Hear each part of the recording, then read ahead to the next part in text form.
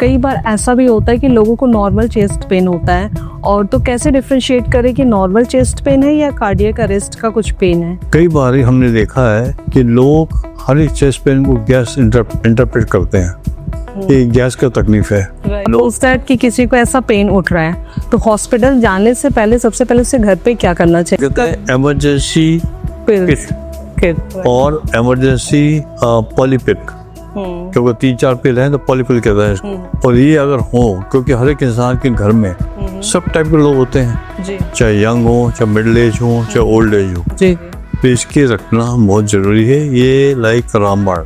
Stunt लगाने के बाद लाइफ पहले जैसी रहती है? नॉर्मल लाइफ रहती है। हमारे पेशेंट 20-20 साल से 25-25 साल से जी रहे हैं, हम लोग को आराम से जी। बहुत लोगों का कहना है कि स्टंट डलने के बाद लाइफ पहले जैसी नहीं रहती, बहुत ध्यान देना पड़ता है। ये बिल्कुल गलत विचार है मेरे ख्याल से। फार्मेको इन्वेजिव अप्रोच मतलब दवाई के बाद इंजेक्शन लगाना, और इंजेक्शन लगाने के बाद एंजियोप्लास्टी और स्टेंट लगाना, ये पेनेशिया है, ये एक रामबाण है, ये एक जादू है। Yoga is health and health is yoga.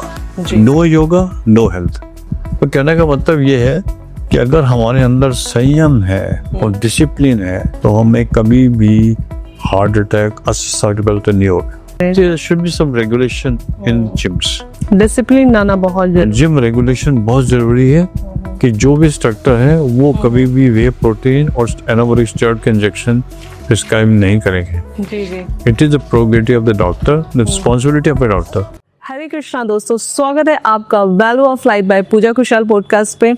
आज हम लोग दिल की दुनिया दिल्ली में मौजूद हैं, दिल के डॉक्टर HK चोपड़ा जी के साथ, जो आज हमें दिल की बीमारियों से बचाने के लिए बहुत सारे तरकीब बताने वाले कि हमारी कौन कौन सी गलतियों के चलते हम इतने सारे problems, heart attack, cardiac arrest जैसी प्रॉब्लम से जूझ रहे हैं। और सही मायने में तो मुझे लगता है कि इस चीज़ के जिम्मेदार हम हैं। तो हम क्या क्या गलतियां करते हैं और क्या क्या चीज़ें सुधारने की ज़रूरत है, तो वो सब हम आज इस वीडियो के माध्यम से जानेंगे। तो वीडियो में बने रहिए। सर, आपका बहुत बहुत स्वागत। थैंक यू वेरी मच जी। I am doctor HK Chopra. I am Chief of Cardiology in Medanta Mulchan Heart Institute, and I am almost 45 years of experience.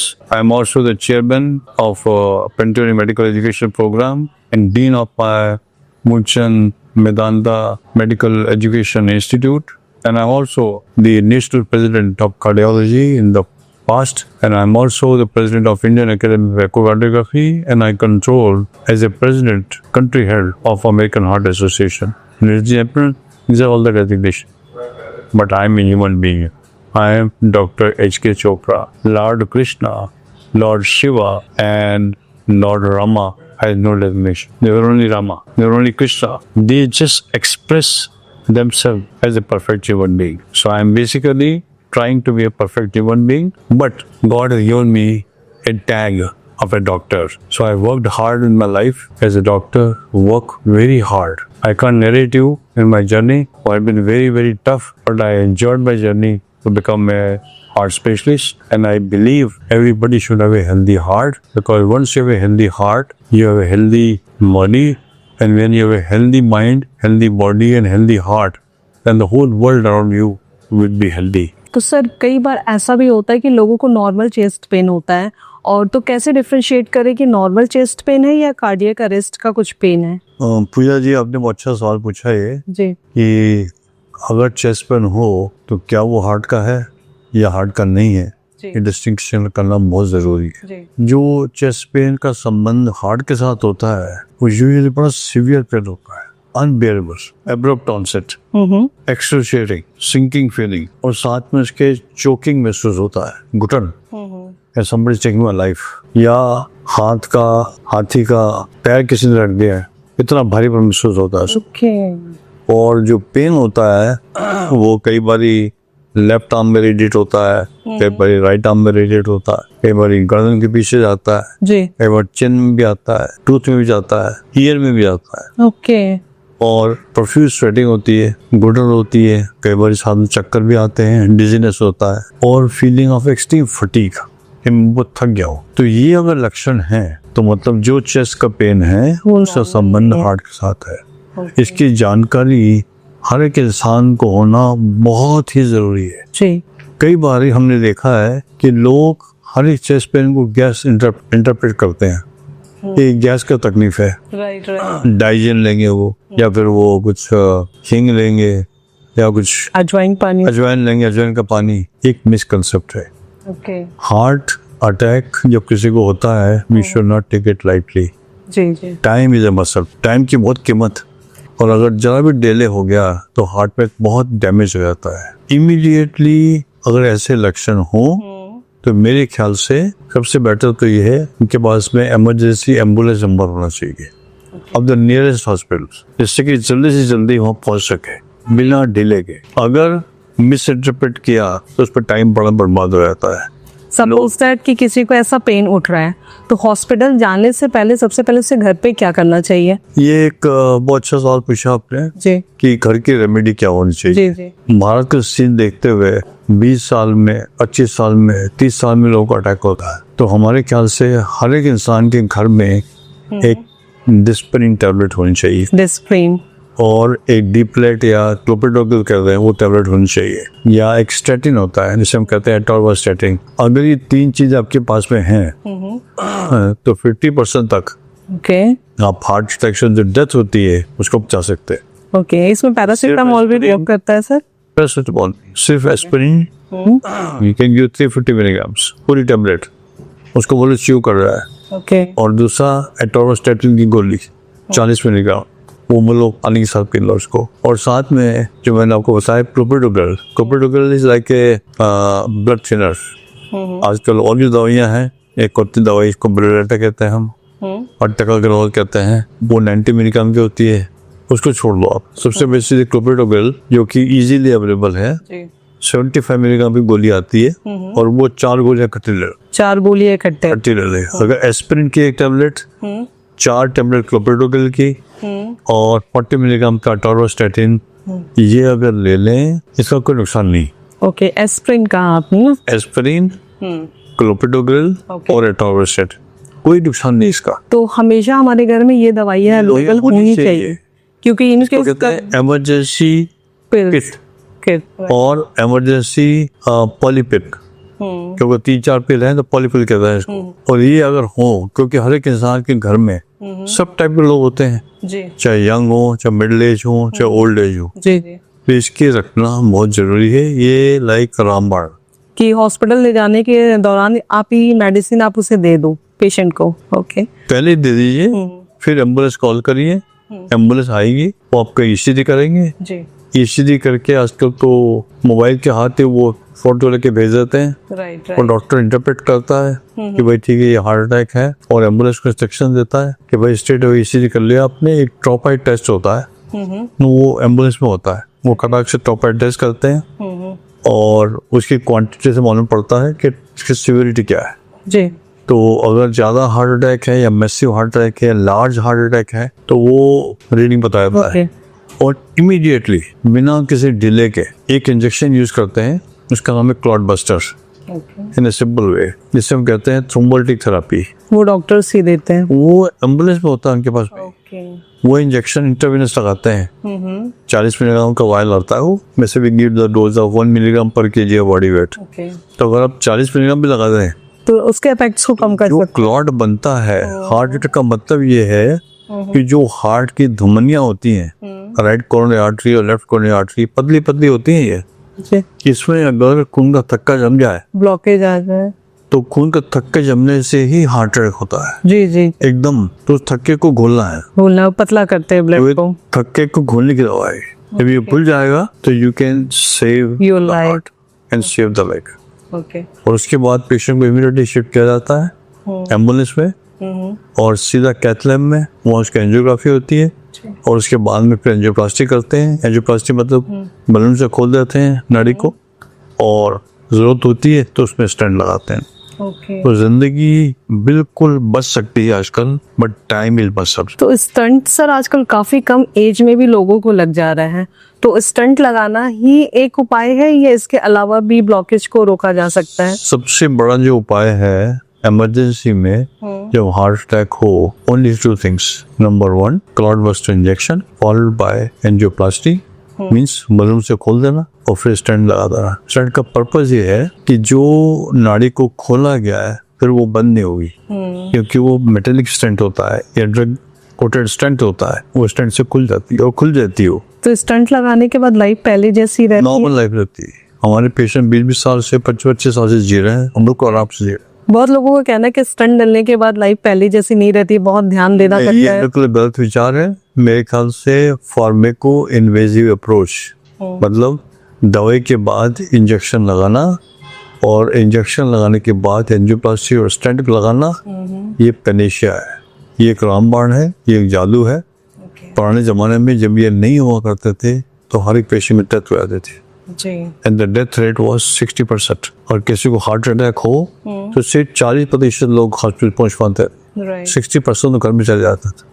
आजकल ये नहीं हो रहा है क्योंकि इतना एडवांस हो गया है ट्रीटमेंट, ये पूरे वर्ल्ड में, चाहे वो अमेरिका हो, चाहे यूरोप हो, चाहे इंडिया हो। जिसे हम कहते हैं फार्मेको इन्वेजिव अप्रोच, और सिंपल वर्ड में कहते हैं अटैक हार्ट अटैक। ओके, इसके सिम्टम्स पहले से पता चलते हैं या सडन हार्ट अटैक आ जाता है? देखो, दो टाइप के हैं। आपने ये पूछा, सवाल अच्छा पूछा कि अगर किसी इंसान को चलने में कुछ दर्द होता हो या चलने में सांस चढ़ता हो या चलने में उनको रुकना पड़ता है, बैठना पड़ता है, या थोड़ी घुटन घुटन होती है, या सांस फूलने लगता है, इसे हम कहते हैं एंजाइना। और अगर किसी को ये लक्षण बैठे बैठे हों और 5 मिनट से कम रहते हो, उसे भी हम कहते हैं अनस्टेबल एंजाइना। तो ये एक लक्षण है, प्रीमोनिशन, ये आपको एक सिग्नल देता है कि भाई हमें हार्ट अटैक की क्षमता ज्यादा है।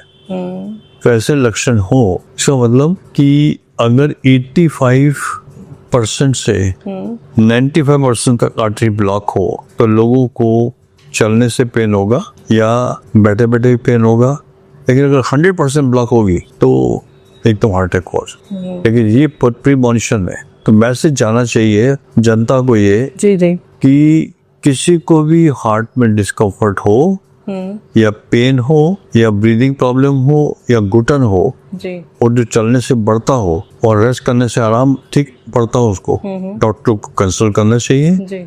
And they should not go to any chemist shop and they should not treat at home. फिर केमिस्ट शॉप जाके आप खुद से मेडिसिन लेके खा रहे हो? बिल्कुल नहीं करना चाहिए। ये बिल्कुल इसकी अवेयरनेस बहुत जरूरी है जी। क्योंकि ये नंबर 1 किलर है पूरे वर्ल्ड में। Heart attack is number 1 killer. अगर इसका इलाज कर दिया जाए तो जिंदगी बच सकती है और हमें 30 साल 40 साल आराम से जी सकता है बिना कोई प्रॉब्लम। तो इसे रूटीन चेकअप के थ्रू भी पता किया जा सकता है? जैसा कुछ रूटीन चेकअप एवरी मतलब 3 मंथ 6 मंथ्स पे करते हैं, उसमें कुछ पता चल सकता है इसमें? हमारा मैसेज तो ये है कि 20 साल की उम्र से आजकल हर एक आदमी को अपना चेकअप कराना चाहिए। पहली चीज तो ब्लड टेस्ट कराना चाहिए। जी। ब्लड टेस्ट में हम रिस्क फैक्टर देखते हैं, cholesterol for example, bad cholesterol या गुड कोलेस्ट्रॉल। जी। दूसरा होता है ट्राइग्लिसराइड्स। तीसरा होता है LPA is a little lipoprotein, little A. फिर होता है एक एपोलाइपोप्रोटीन, ट्रांस फैट्स। ये बहुत से कैटेगरी हैं बैड कोलेस्ट्रॉल के। जी। इसका चेकअप कराना चाहिए। अगर आपका बैड कोलेस्ट्रॉल हाई है, immediately go to the doctor and start the treatment. क्योंकि जो भी नाड़ियां बंद होती हैं, दैट मीन्स उन नाड़ी के अंदर का जो हिस्सा होता है उसमें ये कोलेस्ट्रॉल डिपॉजिट हुआ हुआ है। जी। अगर कोलेस्ट्रॉल डिपॉजिट हो जाता है तो वहाँ प्लाक बन जाते हैं और फिर ये प्लाक रप्चर कर जाते हैं, और जैसे रप्चर करते हैं तो खुद का सकन बनता है। तो हम चाहते हैं कि अगर किसी का कोलेस्ट्रॉल बढ़ा हुआ हो, बैड कोलेस्ट्रॉल या गुड कोलेस्ट्रॉल की मात्रा कम हो, तो उसको पहले दवाई शुरू कर दी जाए जिससे कि ये नौबत ना आए। नंबर 1। नंबर 2, किसी की फैमिली हिस्ट्री होती है कि भाई फादर को अटैक हुआ है एट द एज ऑफ 55 या मदर को हुआ, तो जेनेटिक प्रॉब्लम भी होता है? जेनेटिक प्रॉब्लम होती है। तो जीन्स का एनालिसिस हम जीन से नहीं कर सकते, केवल जीन से भी करते हैं। इसको कहते हैं हम लोग आजकल बहुत सेंटर हो गए जेनोमिक्स। तो जेनोमिक्स अगर ना भी हो तो ये भी जेनेटिक ही है। जो कोलेस्ट्रॉल डिपॉजिट, कोलेस्ट्रॉल का जो टाइप है, this we get from our parents. We can't choose our parents. जब आप पैदा हो गए तो पेरेंट्स को क्या चूज करें, जो मिल गया वहां से मिल गया हमको। लेकिन हमारी जो भी गन है जिसमें ये जीन्स है, उसको अगर कभी भी हम कोशिश करें ट्रिगर ना दबे, उसका ट्रिगर हमारी लाइफ स्टाइल है। राइट। तो उसे कंट्रोल के बैक पुश किया और हमारे बहुत रिस्क फैक्टर हैं जैसे मोटापा, high cholesterol, uncontrolled sugar, uncontrolled blood pressure, uncontrolled obesity, मानसिक तनाव, नींद का ना आना, स्ट्रेस बहुत ज्यादा है, हाइड्रेशन नहीं है, पानी की कमी है। आदमी को हमेशा वेल हाइड्रेट होना चाहिए, कम से कम मल्टीपल प्रॉब्लम्स है। Multiple factors. इसे हम कहते हैं, एक तो मॉडिफाइबल फैक्टर्स, एक होते हैं non modifiable factors. Non modifiable मतलब पेरेंट्स है, we can choose our parents, I just told you. Number 2 genetics. अगर आपके जीन्स एक्सप्रेस करते हैं पर्टिकुलर एज में, तो उसको हम पेसिफाई कर सकते हैं, उसको हम पेसिमेट कर सकते हैं, उसको हम टेम कर सकते हैं, उसके एक्सप्रेशन को कम कर सकते हैं लाइफस्टाइल मॉडिफिकेशन से। और अगर हमारी लाइफस्टाइल इरेटिक है कि रात में 11 बजे सो रहे हैं, 12 बजे सो रहे हैं, सुबह 10 बजे उठ रहे हैं, ब्रेकफास्ट और लंच का कोई पता नहीं है, मतलब डिसिप्लिन नहीं। पूजा जी, एक मैसेज जाना चाहिए बहुत इम्पोर्टेंट जी जी, कि हार्ट अटैक का जो प्रमुख कारण है lack of discipline, lack of discipline, right. Lack of daily routine. आप नेचर के अगेंस्ट जाके सारी चीजें कर रहे हो। बिल्कुल, हमको नेचर के अगेंस्ट कभी नहीं जाना चाहिए। We should nurture ourselves daily with nature. बिल्कुल, अगर आप नेचर से नर्चर करते हैं तो आपको हार्ट अटैक नहीं होगा, आप एक हेल्दी लाइफ हार्ट हेल्दी होगा। अब मैं जाता हूँ लोधी गार्डन, कम से कम 45 साल से जाता हूँ रोज। तो वहाँ मैंने देखा है कि जो डॉग्स घूमते हैं सुबह, जो डॉग लोधी गार्डन के जैसा हेल्दी है, और जो पालतू कुत्ते हैं, किसी को आर्थराइटिस हो रहा है, किसी को कैटरेक्ट हो रहा है, किसी को कार्डियोमायोपैथी है, हार्ट एनलार्ज है। तो अब सोचो, और जो लोग घूमते हैं वहाँ पर इंसान, वो मैंने देखा है एंजियोप्लास्टी करने के बाद में आते हैं घूमने के लिए, पहले कंसेप्ट ही नहीं है। Right. So they start walking only after angioplasty or after bypass or after stenting. जब आप हॉस्पिटल पहुंचते हो तब आपको समझ में आता है कि अब आपको अपना ध्यान रखना है। एक आदमी हमको मिला, उसको डिवाइस लगा हुआ है, वो जॉगिंग कर रहा है। जी। मुझे कहने लगा, डॉक्टर साहब मैं आपको जानता हूँ, मुझे थोड़ा पसीना आ रहा है, तो मुझे दौड़ना कम करना चाहिए। मैं, क्या तकलीफ है? बोले साहब डिवाइस लगा हुआ। मैंने उसके हाथ जोड़े, मैंने कहा दौड़ना बंद करो। उनको ये नहीं पता है कि दौड़ने से ये अनकस्टम्ड एक्सरसाइज है, वो नहीं करना चाहिए। तो बहुत लोगों को कंसेप्ट ऑफ एक्सरसाइज आता है जब उनको तकलीफ होती है, कि आप बाईपास कराएं या एंजियोप्लास्टी कराएं या कोई डिवाइस लगाएं, ये एक मिसकंसेप्ट है। जी। अगर इंसान बचपन से ही रोज वॉक करे, walking, jogging, swimming, dancing, cycling on the best exercise. Physical activity आप करो। फिजिकल एक्टिविटी बहुत जरूरी है। मैं हमेशा कहता हूँ, यूज इट और लूज इट, मूव इट और lose it. You have to move your body every day, every time. Unfortunately लोगों को ये कंसेप्ट है कि मेरा फार्म हाउस है तो मैं हेल्दी हूँ। जस्ट द ईगो कि मेरे को फार्म हाउस है तो मैं ईगो हूँ। अब मैं एक रोटरी की मीटिंग अटेंड कर रहा था, वो 8-10 लोग बैठे हुए थे, तो उन्होंने कहा कि सब किसका फार्म हाउस कितना बड़ा है इसकी बात करते हैं आज। अब सीए डिस्कशन, तो सब लोग बड़े बड़े सीईओ थे, तो कहा मेरा फार्म हाउस 5 एकड़ का है, किसी कहा मेरा 7 एकड़ का है, किसी कहा मेरा 11 एकड़ का है। अब मेरा टर्न आ गया, अब मेरे पास फार्म हाउस तो नहीं है, लेकिन मैंने कहा कि मेरा 21 एकड़ का। तो लोग बड़ा वो हैरान हो गए कि आपने डॉक्टर साहब कभी बताया नहीं, ना कहीं बुलाया ना। देखो मेरा फार्म हाउस ऐसा है जब वहाँ रोज जाता हूँ, उसको यूज करता हूँ, पर वो है लोधी गार्डन। आपका फार्म हाउस है 5 एकड़ है, 5-10 एकड़ है, अब जाते हो साल में एक बार। It doesn't belong to you, it belongs to the caretakers. It is just a concept. And most of the times we are busy in earning money and losing health of the heart. ये सबसे बड़ी बात है sir कि आप money तो earn कर रहे हो, लेकिन आप अपने बारे में जब सोच ही नहीं रहे हो तो मनी अर्न करके आप करोगे क्या क्या? करेंगे? तो all the time we are busy earning money, losing the health of the heart, and then we are busy and losing the money and trying to earn the health of the heart. Right, exactly, 100% true. वो कहाँ है अब? मिलेगा वो? पहले आप money earn कर रहे हो, हेल्थ को लूज कर रहे हो, फिर तो हेल्थ को लगाने के लिए पैसा लगा रहे हो। राइट, बिल्कुल। तो ये माइंडसेट जो है ना, इसको चेंज करना है। आप बैलेंस वे में स्टार्टिंग से नहीं चलते हो। बिल्कुल। कई बार ऐसा होता है लोग अर्निंग के चक्कर में अपनी रातों की नींद हराम करे, 4 आवर्स 5 आवर्स की सिर्फ स्लीपिंग ले रहे हो। तो पूजा जी, मेरा तो एक मैसेज जाना चाहिए लोगों को जी कि अपना माइंडसेट ठीक रखो जी, अपने परसेप्शन ठीक रखो, अपने कंसेप्शन ठीक रखो, अपने इंटरप्रिटेशन ठीक रखो, और अपना माइंडसेट ठीक हुआ और अगर आप नर्चर करते हैं अपने आप को रोज जी as a daily routine with the nature, तो आपको हार्ट अटैक कभी नहीं होगा। ओके। तो रेस्ट आवर्स कितने देर का होना चाहिए सर? जी, रेस्ट आवर्स कितना होना चाहिए हमारा? Resting heart. नो, मैं ये पूछ रही हूँ कि स्लीपिंग कितने घंटे की होनी चाहिए? ये बहुत जरूरी क्वेश्चन है। आजकल लोगों को बड़ी इशू है। पहले लोग 8 नींद ना- घंटे बोलते थे। नींद ना आना बड़ा भारी इशू है। अब राइट। वो क्यों नहीं आती नींद? क्योंकि मानसिक तनाव बहुत है, कंपटीशन बहुत है, जी।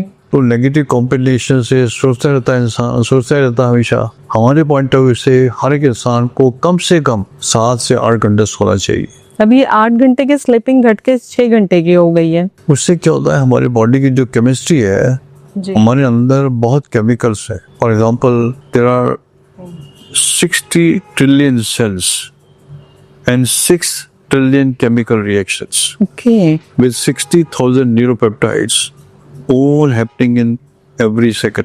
अगर हमारे एक्शन, मैं आपसे बात कर रहा हूँ, जी। मैंने अभी एक चाय का कप पिया है, I am digesting my tea, my heart is pounding blood to my brain, तो मैं आपसे कम्युनिकेट कर रहा जी। हूँ, मुझे कुछ नहीं पता। This is all happening in accordance with the laws of nature. उसी प्रकार हमारे अंदर 6 ट्रिलियन केमिकल रिएक्शंस हो रहे हैं पर सेकंड, पर किसी को second। पता ही नहीं है। ओके। तो उन एक्शन को वाइटल रखना, जीवित रखना, उसके लिए कम से कम 7-8 घंटे का रेस्ट चाहिए, 24 घंटे।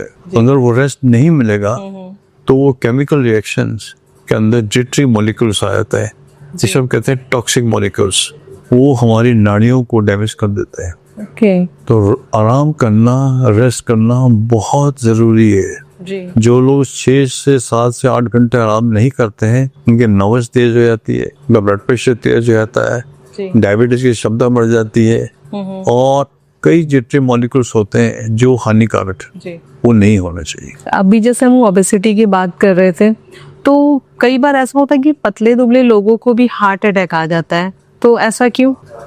Obesity is number 1 killer. इसके बारे में हमारे भारत के प्राइम मिनिस्टर श्री नरेंद्र मोदी साहब ने कई बार कहा। जी। जी। उन्होंने डेटा भी बताया कि जो डेटा है उसके अनुसार 44 करोड़ लोग भारत में जी। इस ओबेसिटी के शिकार हो जाएंगे। अभी तो उन्होंने ये भी कहा है कि अपने खाने में आप लोग ऑयल थोड़ा सा कम कंज्यूम कीजिए। वो इसी कारण कहा है क्योंकि इंडियन के अंदर सेंट्रल ओबेसिटी बहुत है, जिसे हम कहते हैं विजुअल ओबेसिटी, तोंद। जितनी बड़ी तोंद उतनी छोटी हार्ट लाइन। अगर हार्ट लाइन को आपने बड़ा करना है तो तोंद कम होनी चाहिए। इसका जो पैरामीटर है कि 90 सेंटीमीटर से ज्यादा किसी भी इंसान की तोंद आदमियों के नहीं होना चाहिए, और 80 सेंटीमीटर से ज्यादा किसी भी लेडी की नहीं होना चाहिए। तो उनको मेजर कैसे करते हैं? मेजरिंग टेप से, at the level of umbilicus. ये एक बेस्ट पैरामीटर था कि weight, BMI, we don't consider BMI, we consider BRI। BRI means body round index. ठीक है। बॉडी राउंडनेस इंडेक्स बहुत जरूरी है। तो जो इंसान ओबीज होते हैं, मोटे होते हैं, एक्सरसाइज नहीं करते और मोरिशियस खाना खाते हैं और बैठे रहते हैं हमेशा, उन लोगों को हार्ट अटैक की क्षमता बढ़ जाती है। जी। आपने अभी सवाल पूछा कि कुछ लोग पतले होते हैं, उनको क्या होता है? जी। वो भी हमने देखा है। कुछ लोग पतले होते हैं, वो चेन स्मोकर होते हैं, लाइक चिमनी से सिगरेट स्मोक करते हैं। वो इतना सिगरेट पीते हैं, 70 से 80 सिगरेट पीते हैं, बिल्कुल थिन बिल्ट होते हैं।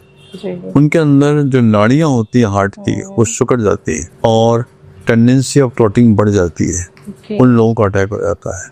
और जो लोग डायबिटिक होते हैं और थिन बिल्ट होता है, उनको भी ये क्षमता बढ़ जाती है। जिनको हाई ब्लड प्रेशर है, उनको भी क्षमता बढ़ जाती है। तो सेंट्रल ओबेसिटी अगर हो तो उसके साथ कई केमिकल हमारी बॉडी में होते हैं, पदार्थ जो कि टॉक्सिक होते हैं, वो बढ़ जाते हैं। जैसे लेप्टिन, लेप्टिन नाम का एक पदार्थ होता है जिससे कि क्लॉटिंग की टेंडेंसी बढ़ जाती है, और लोगों को हार्ट अटैक भी होता है, ब्रेन अटैक भी होता है, लेग अटैक भी होता है, नोज अटैक भी होता है, आई अटैक भी होता है, अब्डोमिनल अटैक भी होता है। तो मतलब ये है कि जितने भी हमारे अंदर 1 बिलियन कैपिलरीज हैं, 1 बिलियन।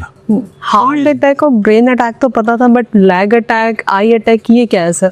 आई अटैक मतलब ये है कि अगर मान लो आपका ब्लड प्रेशर सडनली 220 और 120 हो गया, नॉर्मली 120-80 होना चाहिए, 220 और 120 हो गया, आंख के अंदर जो नाड़ियां होती है बड़ी पतली पतली होती है, बाल के समान, वो फट जाती है। ओके। हेमरेज, उसे कहते हैं आई अटैक। ओके। और नोज अटैक भी उसी प्रकार, अगर ब्लड प्रेशर इतना बढ़ जाए तो नाक से ब्लीडिंग शुरू हो जाती है। और लेग अटैक भी ऐसे होता है, जब ब्लड प्रेशर बढ़ जाए तो जो हमारे हार्ट से बड़ी नाड़ी निकलती है, जिसे हम कहते हैं ऑर्टा, फट जाता है, डिसेक्शन हो जाता है। That cause abdominal attack. अब कल ही हमने एक पेशेंट एडमिट किया हमारे हॉस्पिटल में, उसकी उम्र मेरे ख्याल से 24 साल की थी। He was fat, obese. उसने परसों के खाना खाया मीट, और मीट खाना खाया, उसका जो लोथ होता है कच्चा मीट, वो गया पेट के अंदर और वो आंतों में फंस गया। आंतों में ऐसा फंसा वो कि आंतों के अंदर ब्लड सप्लाई कम हो गया। ओके। जब ब्लड सप्लाई कम हो गया, आंतें सड़ गई। तो कल उसका इमरजेंसी ऑपरेशन कराया हम लोगों ने, और कम से कम 6 फीट आंत को हमने काटा। 6 फीट आंत हुआ और उसको बचाया। तो कहने का मतलब ये है कि लोगों को ज्ञान होना चाहिए कि आपके एक वेट ज्यादा है, या वोरेशियस खाना खा रहे हैं, आपको पता नहीं कहाँ खाना खा रहे हैं, कैसा खाना खा रहे हैं, बिल्कुल। इसके बारे में नॉलेज होना चाहिए। बाहर खाने को तो लेके लोगों में होड़ लगी हुई है कि आप कहीं भी आप चल जाओ, चाइनीज स्टॉल पे भी चल जाओ तो लोगों की भीड़ उमड़ रही है खाने के लिए। तो मेरे ख्याल से संयम होना चाहिए। Where to eat, how to eat, how much to eat, ये सब मालूम होना चाहिए। मैंने देखा है कि कई ये जानवर जो होते हैं, जैसे कुत्ते होते हैं, ये घूमते रहते हैं, मुंह तो भी खाएंगे। एक इंसान ही ऐसा जीव है जो मुंह कितना तो भी खाएगा, ऑर्गेनाइज करने के लिए खाएगा। उसको कहेंगे भाई ये प्लांट तंबाकू का है, ये आपके लिए नहीं है, फिर जाएगा वहाँ उसको स्मोक करेगा। जी। तो माइंडसेट बड़ा कमजोर है इंसान का। ओके। एक जो जानवर है जो प्रकृति के नियमों को पालन करता है, वो काफी हेल्दी है, राइट। और वो है डाउन लाइफस्टाइल। एक इंसान ही ऐसा जीव है जिसका माइंडसेट बैलेंस नहीं है। तो माइंडसेट बैलेंस होना बहुत जरूरी है। वो अपने हेल्थ के साथ ही खिलवाड़ कर रहे हैं। And I personally feel eating at the right time, at the right place, in the right manner, in the right dose, in the right environment is very important. बिल्कुल। और जितना भूख हो उससे ज्यादा खाना खा, ज्यादा खाने से हमारी सेहत खराब होती है। ओके। तो खाना वो चाहिए जो न्यूट्रिशियस है, not like this fast food.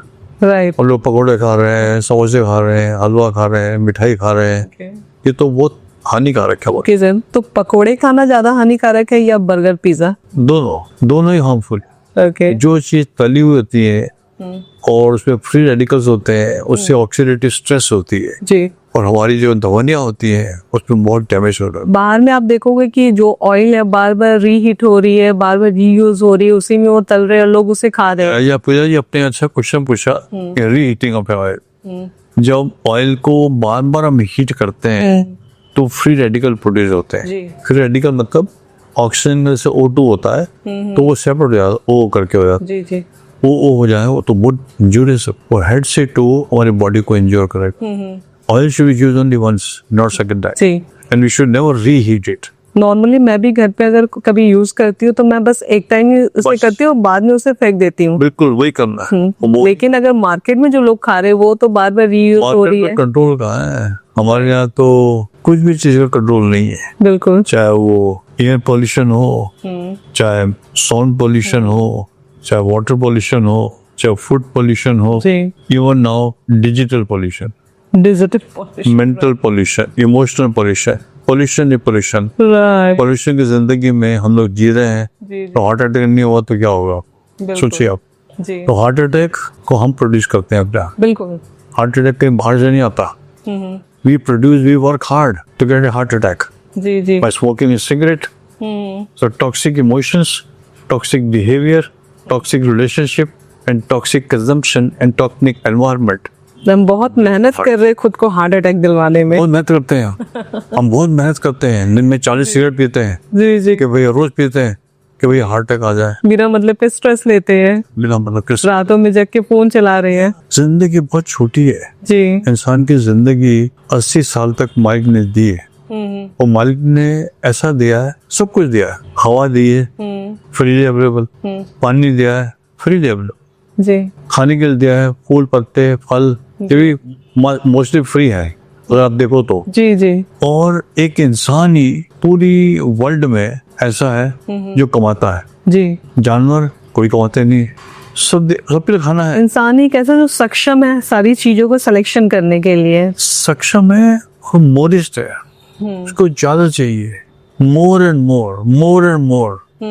ऐसे कि रिसर्च को भी छोड़ना ना हो। बिल्कुल। ये कंसेप्ट क्लियर होना चाहिए कि हम जो भी हैं अपने आप को सरवाइव करें। मालिक ने जो दिया है बहुत अच्छा दिया है। सेटिस्फेक्शन लोगों की लाइफ में मिसिंग है। Attitude of satisfaction, attitude of calmness and attitude of gratitude नहीं है, तो होना चाहिए। अगर हमारे अंदर एटीट्यूड ऑफ कामनेस है और एटीट्यूड ऑफ कूलनेस है और एटीट्यूड ऑफ सेटिस्फेक्शन है, ये लाइफ इज ब्यूटीफुल।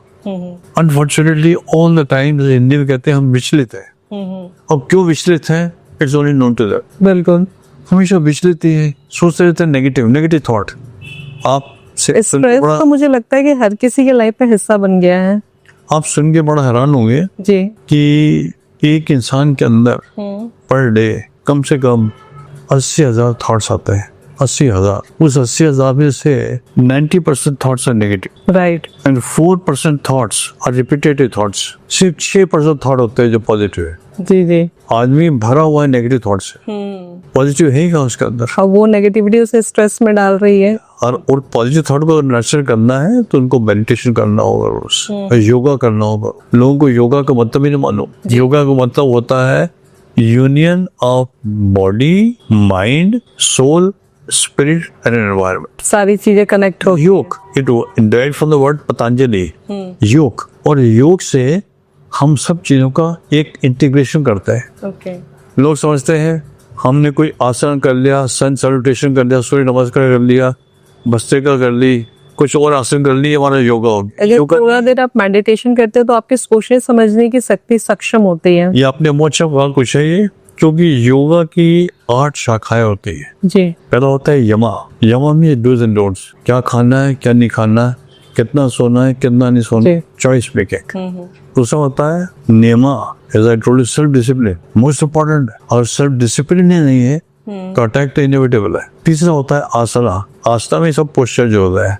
चौथा होता है प्राणायाम, प्राणायाम में ब्रीदिंग एक्सरसाइज मैं रोज करता हूँ।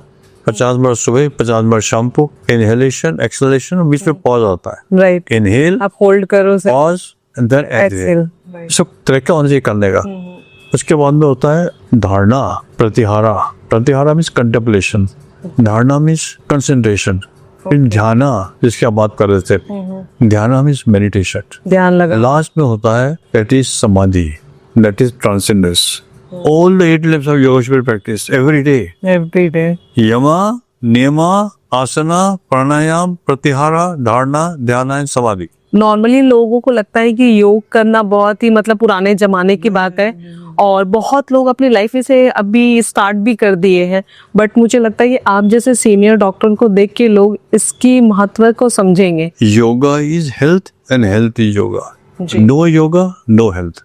राइट। तो योगा तो हमारे पूर्व जन्म जैसे हम पूजा करते हैं, चाहे वो कृष्ण हो, चाहे वो शिव हो, चाहे वो राम हो, जी, ये सब मेडिटेशन करते थे। बुद्धा हो, ये तो एक्सप्रेशन ऑफ मेडिटेशन है। राइट। तो मेडिटेशन तो बहुत ही जरूरी है। जी। मैं 20 मिनट सुबह और 20 मिनट शाम को चक्रा मेडिटेशन करता ओके। तो सर डाइट में सबसे पहले आप क्या लेते हैं? हूँ। रोज डेली रूटीन में मैं मॉर्निंग में 4:30 बजे उठता हूँ और 4:30 बजे उठ के पहले ब्रश करता हूँ, जीभ साफ करता हूँ और 1 गिलास से 1.5 गिलास पानी पीता हूँ, नॉर्मल वाटर। Normal water. और उसके बाद में हल्दी, कच्ची हल्दी और साथ में रात को पानी में डालते हैं उसको, सुबह इसको कुनकुने पानी में डिजोल्व करके थोड़ा नींबू। हल्दी पानी बहुत जरूरी है। ओके। It improves immunity. और साथ में जीरा पानी, जीरा भी रात को पानी में भिगो दिया, सुबह इसको थोड़ा लूकवार्म वाटर में मतलब करके एक साथ छान में दिया। ही आप मिक्स करके लेते डाइजेशन बहुत बढ़िया होता है वाटर में। उसके बाद में आधा कप चाय लेता हूँ। उसके बाद मैं योगा करता हूँ। all the 8 limbs of yoga I follow very meticulous. तो ये हल्दी और जीरा वाटर आप साथ में लेते हो या सेपरेट? सेपरेट। सेपरेट। और उसके बाद आप चाय लेते हैं? चा- नॉर्मली तो most of the Indian families में होता है कि सुबह उठते साथ उन्हें चाय चाहिए। सिगरेट चाहिए पहले, चाय तो इनको सिगरेट की आदत कुछ लोग तो डिपेंडेंट है कि पहले उनको चाहिए सिगरेट। हम आपको एग्जाम्पल बताते हैं। हमारा एक पेशेंट था, वो बॉम्बे से आया हमारे पास, जी। कह रहा साहब मुझे बूटा सिंह ने भेजा है आपके पास। मैंने कहा बोलिए। सर आप मेरे से पूछता मत कि मैं सिगरेट पीता हूँ कि नहीं, आते से मेरे से ये मत पूछता मैं शराब पीता हूँ कि नहीं। ओके। मैं सब कुछ करता हूँ सर। मेरे को ब्लड प्रेशर भी है, शुगर भी है और मैं एक लीडिंग एक्सपोर्टर। और आप मुझे कहेंगे कि आप तो सोते हो कि नहीं, मैं 3 बजे सोता हूँ सर रात को, 12 बजे उठता हूँ। अब क्या बोलते क्या हो? मैं समझाया तो मैंने कहा तो मेरे पास कहा है वो एडवाइस लेने के लिए, अब तो मुझे बोलने को नहीं दे रहे, आप बोलते चले जा रहे हो आप। अब सारे सिम्टम्स आप बता रहे हो। फिर उसने कहा मैं आया हूँ मेरे को इलाज तो आपसे कराना है। जी। मैंने कहा बोलिए क्या प्रॉब्लम क्या है? कहना साहब मेरी जो बड़ी इल्लत है ना वो सिगरेट की साहब, जैसे मैं उठता हूँ 11-12 बजे, अगर सिगरेट ना पियो तो वो उठ ही सकता। मैंने कहा ये बड़ा मुश्किल है, पर तो मैं आपका इलाज ही कर पाऊंगा, मैं आपके लिए असमर्थ हूँ, अच्छा मुझे छोड़ना है। मैं कैमरा उसमें जल्दी उठता हूँ 7 बजे, सिगरेट पीता हूँ फिर सो जाता हूँ, तो मुझे थोड़ा सुकून मिलता है। फिर मैं 11 बजे उठता हूँ फिर एक सिगरेट और पीता हूँ, या डिपेंडेंट सिगरेट बोलते हैं। तो मैंने कहा अभी टेस्ट सारे करा लीजिए, then I see you after week. तो उससे हर रोज में उसको फोन करना शुरू किया 7 बजे। जी वो समझ में आया नहीं कि क्या कर रहा है, every day is calling me and see not Chopra are you all right. 7 दिन बाद में आया मेरे पास पे, उसने कहा सर मेरे को जब तलब होती थी मॉर्निंग में 7 बजे तो आपको फोन करता था, ओके। और अपने आप को मैं याद करता था कि मैं सिगरेट नहीं पीऊंगा। तो 7 बजे की सिगरेट उस समय मेरी छूट गई, लेकिन जो सिगरेट 11 बजे की है वो अभी छूटी नहीं, लेकिन छूट जाएगी। ओके। तो मैंने कहा क्या है सर, जो पैकेट मैंने दिखाया, तो सिगरेट का पैकेट था। तो मैंने कहा सिगरेट पैकेट तो है यार। चला सर सिगरेट का पैकेट है मेरे लिए सिक्योरिटी हो, लेकिन मच चीज नहीं है ना, मैच बॉक्स नहीं है, मैं रखा ही नहीं है, लाइटर है मेरे पास, मैंने सब देखा तो था नहीं। उसके बाद तो मैंने कहा सिगरेट से क्या मिलता है आपको? कहना सर जब इच्छा होती है तलब होती है, सिगरेट निकालता हूँ और लिप्स के बीच में लगाता हूँ और बड़ी तसल्ली, सीधे डिपेंडेंसी। राइट। फिर आया वो चाहे 1 हफ्ते बाद में, अब पैकेट नहीं है, सिर्फ एक सिगरेट है, मुझे 2 उंगली के बीच में रखता हूँ, मुझे बड़ी तसल्ली मिली।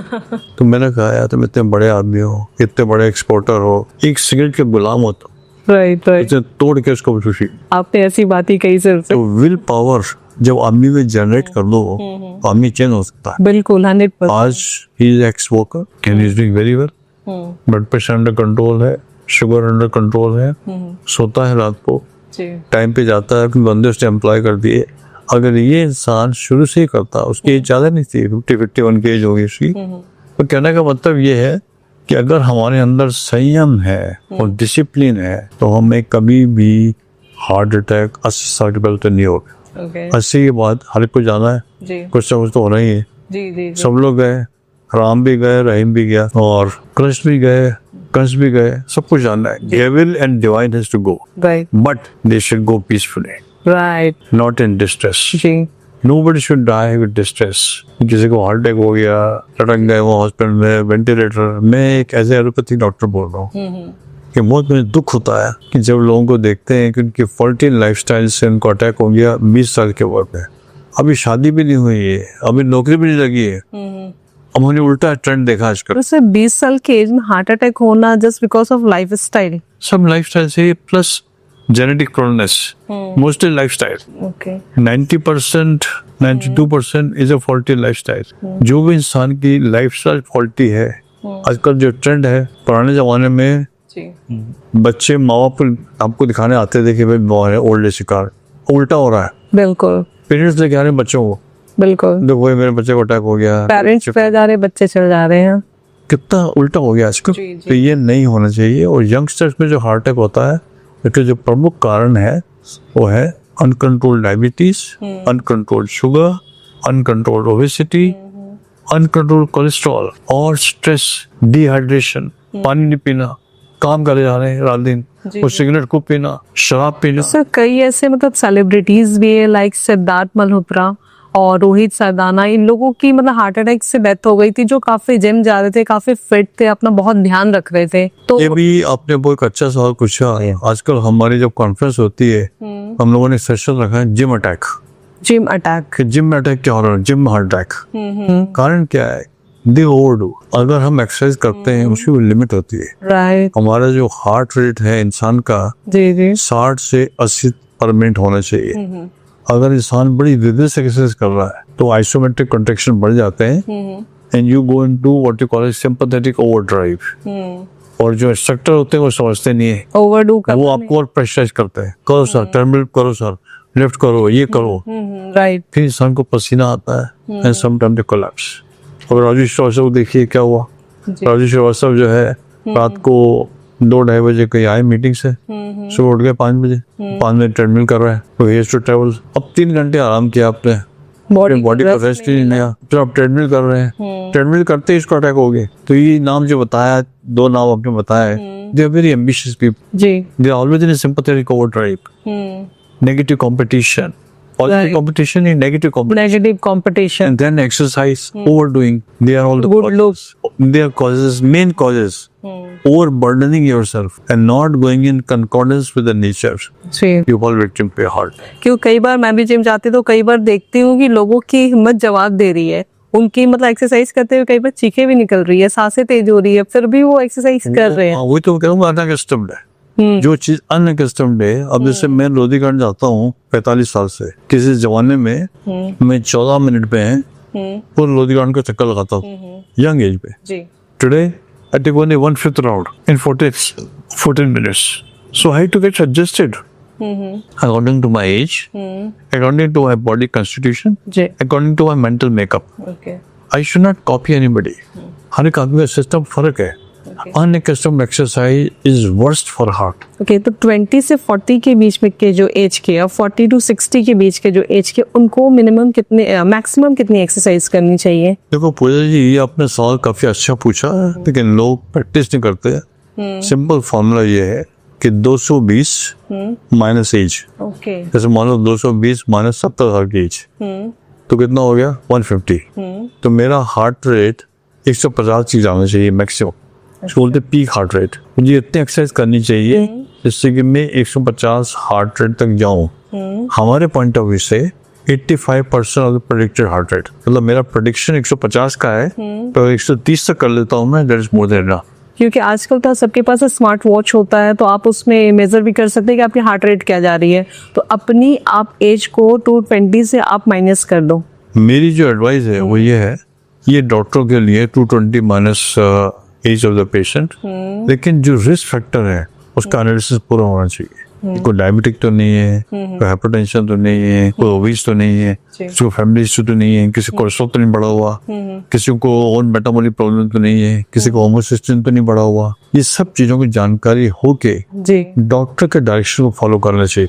बिल्कुल। दे should not follow the gym instructor. Right. ये बिल्कुल गलत है। जिम इंस्ट्रक्टर जो है वो सबको कॉमन एक्सरसाइज बता रहे, सबको कॉमन करा रहे कोई कि आप डिस्टिंक्शन नहीं है, कोई पता ही नहीं क्या आप करना इतने कितने रैप्स कर लो। है। तो जिम में कॉम्प्लिकेशन ज्यादा देख रहे हैं, पैदा की फायदा। राइट। तो ये एक मैसेज जाना चाहिए कि जो भी जिम इंस्ट्रक्टर है, जो भी लोग सिखाने वाले हैं, they should follow the instruction and certification by a doctor. His responsibility. मुझे तो लगता है आपकी बात से कि जिम में, जैसे कि आजकल बड़े बड़े जिम में तो बड़े बड़े कोचेस रहते हैं, एक डॉक्टर भी वहाँ पे होना चाहिए। डॉक्टर तो हो पाएगा कि नहीं हो पाएगा, मुझे लगता है कि नामुमकिन है। एटलीस्ट मुझे लगता है कि एक जो रिपोर्ट है वो उन्हें देखनी चाहिए, डॉक्टर की रिपोर्ट देखनी चाहिए, जिसके अकॉर्डिंग उससे एक्सरसाइज कराना I चाहिए। personally feel कि the patients and the people who go to gym, they should go to a specialist. क्योंकि it's not a domain of a general practitioner. They should go to a specialist doctor. अगर कोई problem है तो, risk factor है तो, जी। और अगर कोई रिस्क फैक्टर नहीं है, they can go to any doctor. There is no problem. लेकिन risk stratification is very very important. जी। अगर एक इंसान मोटर, मैं जाता हूँ लोधी गार्डन में, अब मुझे आदमी रोड में मिलता है, उसका कम से कम 130 किलो वजन होगा, वो चल नहीं पा रहा है, तो जिम में जाएगा वो। एग्जैक्टली। अब लोग उसको एडवाइस कर रहे हैं जैसा आप जिम जाया करो, बिना सोचे। He is breathless in walking. उसको मैंने बुलाया अपने हॉस्पिटल में, मैंने उसका एको किया, एको में हार्ट लार्ज है, हार्ट का मसल थिक है, हार्ट के वेल लीक कर रहा है, अब वो कैसे वॉक करे? बिल्कुल। तो उसको तो मैंने हाथ जोड़े, मैंने कहा जो करते हैं उतना करें जितना कर सकते हैं आप। ओके, दवाइयाँ लिख के दी कि नेवर टुक एनी मेडिसिन। इतना कंसेप्ट जो है ना, जी जी, वो लोगों को क्लियर नहीं है। क्योंकि आजकल मैं भी देखती हूँ लोगों का वेट इतना ज्यादा हो गया ना कि वो, जैसा आपने कहा कि वॉक नहीं कर पा रहे, मतलब उन्हें देख के मुझे सफोकेशन फील होती है कि ये कैसे सरवाइव कैसे कर रहे हैं। तो जो इतना ओवर वेट गेन कर लेते हैं, तो इन लोगों को आप क्या सजेशन कर देंगे? बेस्ट थिंग उनको भी ये कहते हैं, भाई देखो, खाने पीने का ख्याल रखो, संयम से खाओ, फैटी फूड ना खाओ। जी। आप अगर ज्यादा फैट खाओगे तो आपका ब्रेन फॉगी हो जाएगा, you will go into a depression, your eyes will become foggy, fat deposit हो जाता है, आपको सामने फैट डिपॉजिट हो जाता है, राइट। यहाँ डिपॉजिट हो जाता है फैट, हार्ट के ऊपर फैट डिपॉजिट होता है, सब कहते हैं फैटी हार्ट, फैटी लिवर बहुत कॉमन है आजकल, 70-80% फैटी लिवर, बहुत common. Fatty pancreas, fatty kidneys, fatty ovary, fatty uterus, fat everywhere. जी। So fat excessive is a disease, जिसे हम कहते हैं विजरल फैट। जी। तो लोगों को ये सिखाते हैं कि रोज एक्सरसाइज करिए। Best is walking for those who are middle age, jogging for those who are young, swimming आप कर सकते हैं अगर डॉक्टर अलाउ करते हैं आपको, dancing for young people, ski for young people. जो एल्डरली हैं बियॉन्ड 70 और 60, they should just walk and they should make sure that they go for a walk in a congenial environment, not in extremes of heat, not in extremes of cold. Right, वो सब चीजें ध्यान रखना चाहिए। Environment बहुत जरूरी है, बिल्कुल, वो आपको बचाएगा and you will have a peaceful life and no problem, nothing, nobody should have a heart attack below the age of 80. जी, If anybody get a heart attack below the age of 80 means he has gone wrong somewhere. Right, It is his own fault. In other words, पूजा जी, ये message देना चाहता हूँ मैं कि healthy heart is in your hand and getting heart attack also is in your hand. 100%, Doctors come too late. एक बार तो वो पहुंच ही नहीं पाते हैं। 60% लोग तो पहुंच ही नहीं पाते। पहुंच ही नहीं पाते। गाँव में या विलेज में चाहे कहाँ पहुंच पाता है, जी, कुछ मालूम ही नहीं उनको। आजकल डाइट को भी लेके मतलब घर से भी अगर मैं देखती हूँ बहुत लोगों को कि मैगी, चाउमीन, मोमोस, ये सारी चीजें, पिज्जा, बर्गर काफी कॉमन हो गया, खुद भी खा रहे हैं, बच्चों को भी दे रहे ये हैं। चीजों को बिल्कुल कंडेम करते हैं। मैं भी 40-45 साल से खाना लेके जाता हूँ हॉस्पिटल में। जी, 2 रोटी, 1 सब्जी, थोड़ी सी दही और पानी।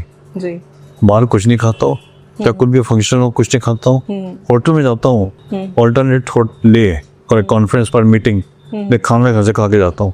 ओके, और खाना घर से खा के जाएंगे, वहां से पानी लेंगे या चाय ले लेंगे या कुछ अगर कर लेंगे, लाइक कुछ नहीं होगा। Because eating wrong food full of saturated fat, बिल्कुल, फुल ऑफ ऑयल। अभी मेरी बात हो रही थी परीक्षित के एक दोस्त से सिंगापुर में। वो खाना बाहर खाता है, उसको लिवर एब्सेस हो गया, लिवर के अंदर पस पड़ गया, पस फट गया, बॉडी में सेप्टिसिमिया हो गया, सेप्टिसिमिया हुआ, उसको एडमिट करना पड़ा हॉस्पिटल में। He was on a ventilator, $1 billion का खर्चा आ गया उसका, वेंटिलेटर, और बहुत मुश्किल से बचा हुआ। अभी भी इसको ड्रेन लगा हुआ है। कारण क्या है? बाहर गंदा का खाना खा। इसका नॉलेज कौन देगा? बिल्कुल, तो ये मोदी साहब ने जो किया, बड़ा सिंपल स्टेटमेंट दिया, जो आपने भी कहा जी, जी, कि 10% ऑयल कम कर दीजिए। जी, सिंपल वे, इतना ही कर दो तो बहुत अच्छा है। सेकंड चीज मैंने जो बहुत अच्छी करी, जी, वो आपको भी इसके बारे में जानकारी जरूर होगी कि लड्डू, जलेबी और कचौरी, इन सब के ऊपर वार्निंग आएंगे, राइट, हेल्थ वार्निंग। जैसे तंबाकू गुटखा पे लिखा रहता है, वैसे और फास्ट फूड, जी, तो इन पे वार्निंग आना शुरू हो जाएगी। That's a very good step, I welcome this.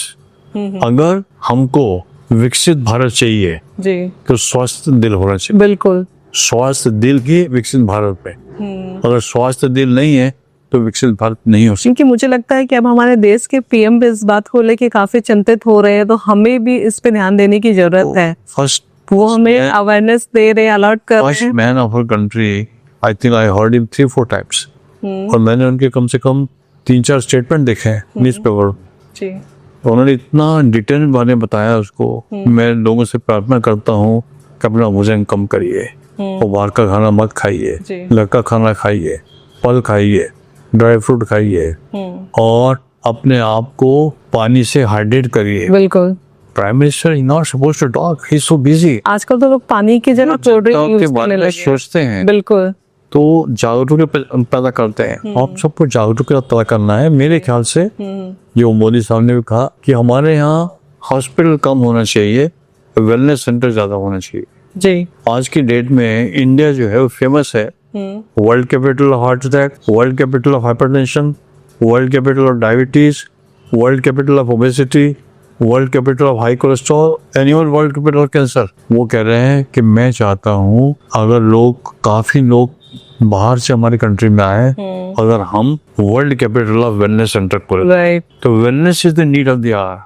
बिल्कुल, अगर हम वेलनेस का एक कंसेप्ट लेके आएंगे हर घर में, हर स्कूल में, हर कॉलेज में और हर कॉर्पोरेट में, तो मेरे ख्याल से we can win right. The world health. मुझे लगता है सबसे ज्यादा चिंता का विषय, जहाँ तक मुझे लगता है कि जो बच्चे हैं हमारे, वो हमारे आने वाले देश का भविष्य है, फ्यूचर है।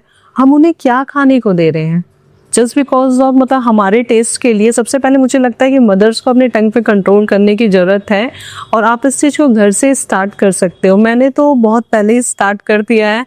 मैं खुद भी जंक नहीं खाती हूँ, बहुत रेयर ही खाती हूँ, बट मैं अपनी डॉटर को भी नहीं देती हूँ। पूजा जी, आपने बहुत अच्छा सवाल पूछा। मेरे ख्याल से पेरेंटिंग परफेक्ट होना बहुत जरूरी है। जी, हमने ये देखा है कि मदर भी काम करती हैं, फादर भी काम करती हैं, बच्चे को पोटैटो चिप्स चलो बच्चे खा लेना, ये कुछ दे दिया और बस प्रोसेस चीज। फ्रूट वो फल लेंगे, कोई भी फ्रूट कोई भी फल फ्रेश नहीं है, वो सब प्रोसेस है, पैकेट में है, वो चीजें गलत है। बिल्कुल।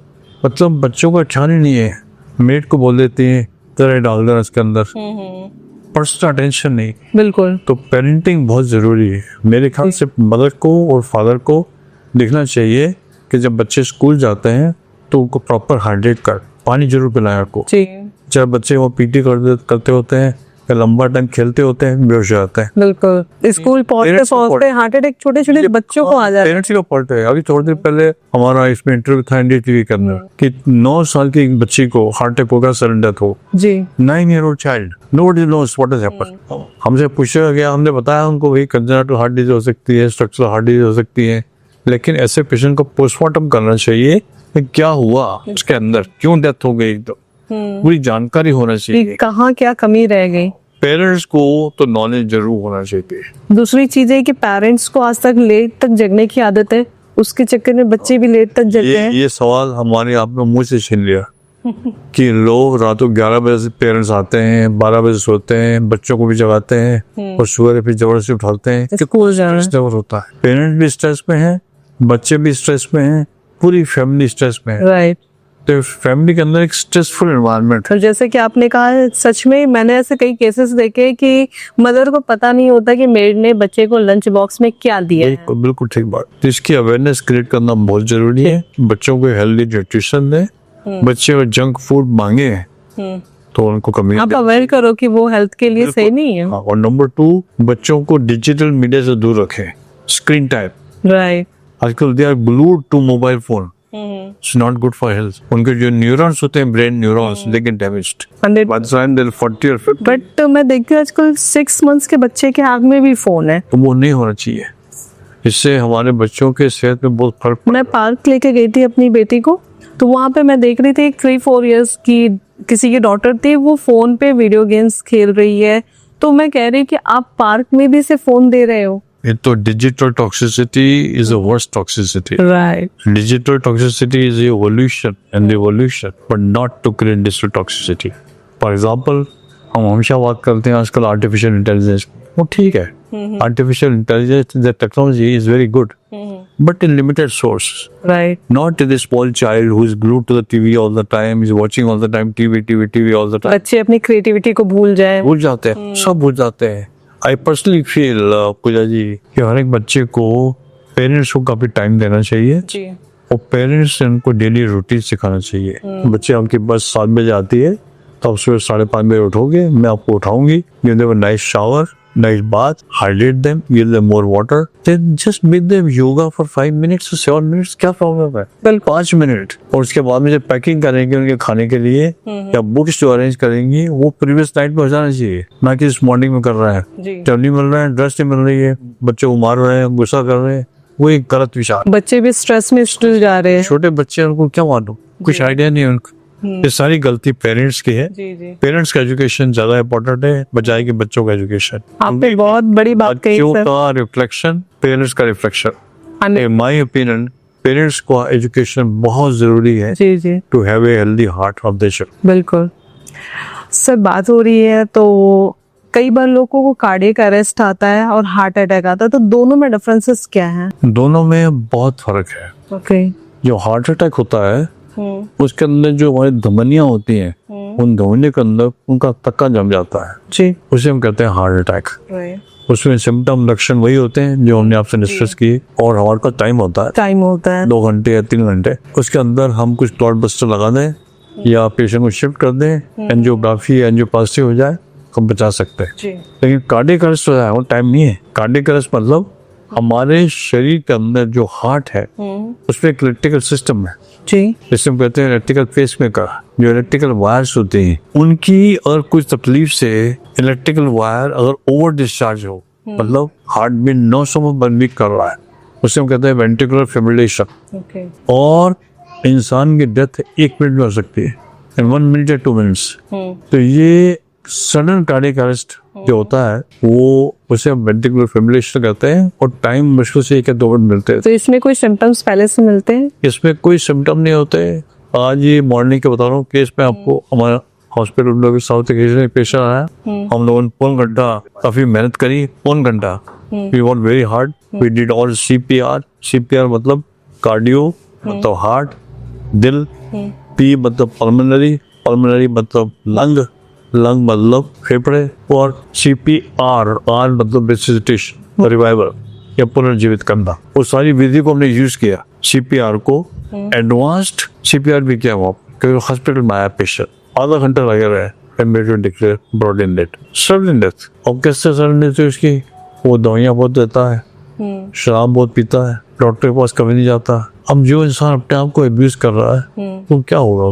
बिल्कुल। और हमको उसके बारे में कुछ डिटेल्स पता नहीं, क्योंकि हमारे बाद में ये आया हिस्ट्री कि भाई ये स्मोकर है, ये शराब बहुत पीता है, रातों को टैबलेट लेता है, क्या लेता है हमें कुछ पता है। तो सर अभी ये जो शेफाली जरी वाला का भी हुआ था, कार्डियक अरेस्ट डॉक्टर्स बता रहे थे, तो जांच में ये भी पता चला कि वो मतलब यंग दिखने के लिए काफी सारे मेडिसिन ले रही थी, रोज 8 to 10 टैबलेट्स आई थिंक ले रही थी, तो इसकी वजह से भी कार्डियक अरेस्ट होता है? जो लोग जाते हैं वेट मैनेजमेंट के लिए या ब्यूटिशियन के पास, वहाँ ब्यूटिशियन हेल्प भी करता है उनको, सारे टेक्नीशियन होते हैं जो हेल्प करते हैं। Okay. And they go to what we call as botox बहुत कॉमन हो गया है। क्या क्या यूज कर रहे हैं, क्या क्या केमिकल दे रहे हैं, उनको कुछ पता नहीं इसके बारे में। Sometime they give intravenous vitamins, क्या विटामिन दे रहे हैं कुछ पता नहीं, कौन दे रहा है ये भी पता नहीं है। तो इसकी जानकारी होना चाहिए।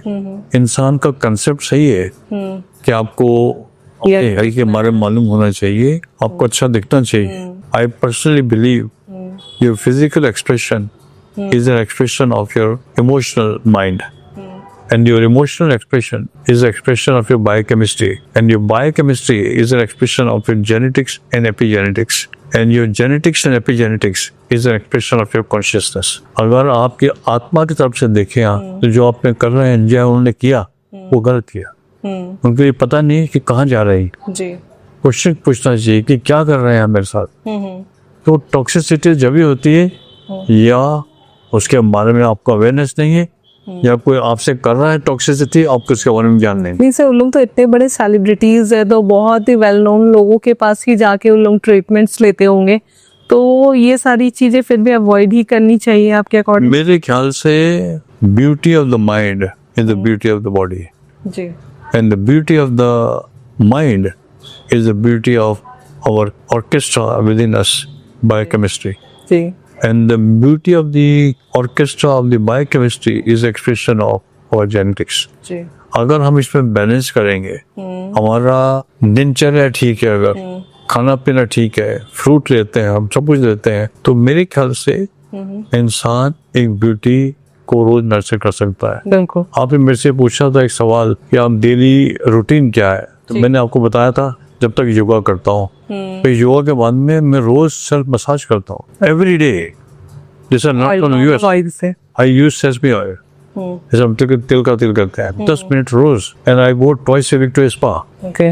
This also I learn from America from Deepak Chopra. इतना बड़ा हीरो है वर्ल्ड का, वो इंडिया का है, इंडियन है, और उसने पैकेज कर दिया आयुर्वेदा को वहाँ in a very decent way, scientific way. हाँ, he is the biggest man today, and he follows the nature. So he taught me, HK, you have to meditate every day. You have to do yoga every day. जी। And you have to keep yourself calm, keep yourself cool. Right. You will be better decision taking. And self massage for only 10 minutes is a must. क्या time लगता है यार? जी। And I following it, and I feel very energetic, very happy. Then I go to Lodi Garden after that every day. Okay. आधा घंटा मैं Lodhi garden जाता हूँ, just be with the nature, or on my way back I go to ISC, again have a cup of tea there. Just be with the nature. मैं मतलब आपको बताऊं तो लोग 10, 11, 12 बजे सो के उठ रहे, तो नेचर के कनेक्शन में तो आ नहीं रहे बिल्कुल भी। और जहाँ तक मैं ऑब्जर्व कर रही हूँ इस मैटर को, जो शेफाली जरी वाला के साथ हुआ था, कि आपको की अगर बॉडी आपके एज के अकॉर्डिंग दिख रही है, ठीक है, तो वो नेचर के अकॉर्डिंग ही जा रहा है। क्योंकि एक जब स्मॉल किड होता है, जब बॉर्न होता है बेबी, तो उसकी स्किन काफ़ी सॉफ्ट होती है। जैसे जैसे हम बड़े होते हैं फिर बूढ़े होते हैं, स्किन में चेंजेस आते हैं, वो नेचुरल है। लेकिन अगर आप कुछ भी मेडिसिन ले रहे हो या कुछ भी इंजेक्ट कर रहे हो, तो आप उसके नेचर के अगेंस्ट अपनी बॉडी पे आप एक्सपेरिमेंट्स कर रहे हो, तो कहीं ना कहीं तो उसका टकराव होता है, जिसके ये साइड इफेक्ट्स पॉइंट, जिसके साइड इफेक्ट्स में कार्डियक अरेस्ट जैसी केसेस हो जाते हैं। Very good point. क्योंकि मुझे लगता है दो चीजें फाइट कर रही, एक नेचर के साथ जाना चाह रही है, एक नेचर के अगेंस्ट जाना चाह रही है, तो उसमें जो जीता very good point. Ageing is a relationship to the heart. एक होता है chronological age, which is we are born, उससे हम काउंट करते हैं, कैलेंडर एज बोलते हैं। जी। दूसरा होता है psychological as. You become 80 at the age of 40. तो top of thought process वो है।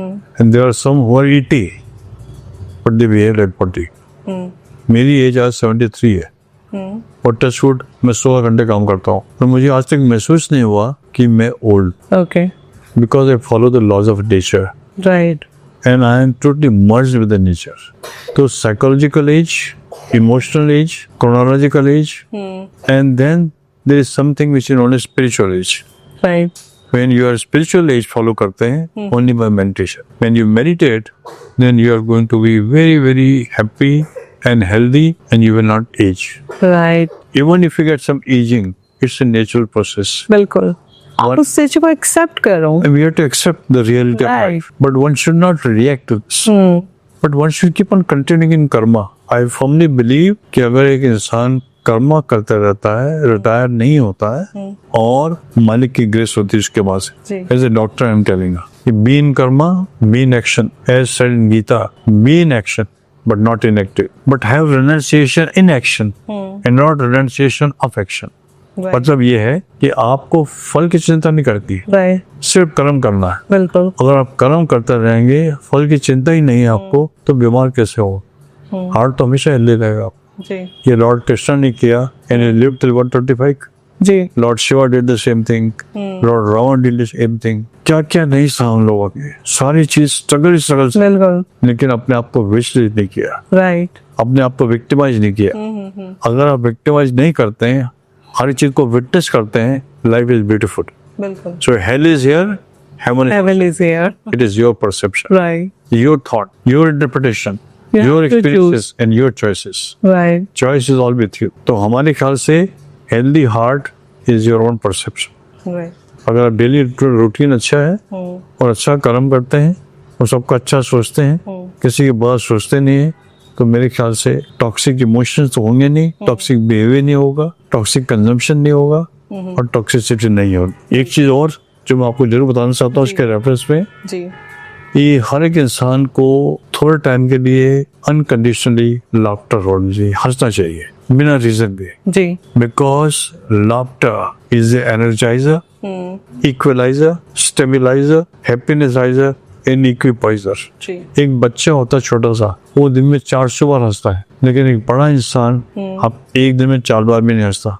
हाँ, या फिर स्माइल भी फेक होती है। वो फेक होती है और किसी के ऊपर हंसते हैं, जी, वो नहीं करना है। right, तो laugh at yourself unconditionally. So then it become a tranquilizer and gives you a feeling of well-being. जी, लेकिन लोग हंसना भूल गए, बिल्कुल, वो सारा दिन खुश रहना भूल हाँ, गए, स्ट्रेस लेना सीख गए, ठीक है, वही प्रॉब्लम। और उसकी वजह से रिलेशनशिप को भी उन्होंने टॉक्सिक कर तो लिया। हार्ट अटैक की जो बहुत बड़ी कारण है जी, वो इमोशनल अनस्टेबिलिटी है, टॉक्सिसिटी। हार्ट अटैक के जो इश्यूज होते हैं सर, उसमें सिटिंग जॉब वाले क्या ज्यादा खतरे में है? जो लोग ज्यादा सिटिंग होते हैं उनको हार्ट अटैक की क्षमता बढ़ जाती है। जी। तो हमारा मैसेज ये है कि जिनका सिटिंग नेचर है, हर घंटे 2 घंटे में उठे, थोड़ा चलना चाहिए, थोड़ा पानी वानी पीना चाहिए, थोड़ा रिक्रिएट करना चाहिए। They should not be glued to the chair. For example, we as a doctor, we sit for 3 hours or 4 hours at a time in the OPD. In between, I get up, I have to do echoes, I have to go here and there, I take a round. तो हम लोग काफी mobile और बहुत active होते हैं। अगर आप देखें, जो बस में बस कंडक्टर होता है उसको हार्ट अटैक नहीं होता, लेकिन जो बस ड्राइवर है उसको हार्ट अटैक ज्यादा है, क्योंकि कंटिन्यू बैठा हुआ। बैठा रहता है। आप देखिए पोस्ट मास्टर या पोस्टमैन, जो पोस्ट मास्टर है वो साथ में बैठा हुआ है। वैसे में कुछ मसल्स पे बहुत ज्यादा ही आप प्रेशर डाल रहे हो, कुछ मसल्स एकदम डीएक्टिवेट कर रही है। और जो पोस्टमैन है वो एक्टिव है, वो घूमता साइकिल पे, कोई हटा ही नहीं आता। जी जी। तो एक्सरसाइज का रोल तो बहुत जरूरी है। जो सेडेंटरी है उनके अंदर हार्ट अटैक की क्षमता बहुत ज्यादा। घी को लेके काफी बातें होती है सर, तो घी खाना इज गुड और बैड? घी में क्या होता है कि सैचुरेटेड फैट होता है। जी। अगर आप यंग हैं और आपके अंदर ग्रोथ हार्मोन है, कोलेस्ट्रॉल है, सेक्स हार्मोन है, जी। ये सब डेवलप होते हैं, उसके लिए तो बहुत जरूरी है घी। अगर 20 साल तक 25 साल तक आप घी लेते हैं तो it's not harmful, but after 30 till 70 और 80 we should not consume ghee, because करने सैचुरेटेड फैट। हमको जो कंज्यूम करना चाहिए वो है मोनो अनसैचुरेटेड फैट या पॉली अनसैचुरेटेड फैट। अगर हम सैचुरेटेड फैट होंगे तो हमारी बॉडी के अंदर वो खून का वो जो कोलेस्ट्रॉल है वो जम जाता है। तो सैचुरेटेड फैट का हमें ज़्यादा उपयोग नहीं करना चाहिए। और कोई कहे कि 180 साल के बाद क्या हम जो खाना खाओ,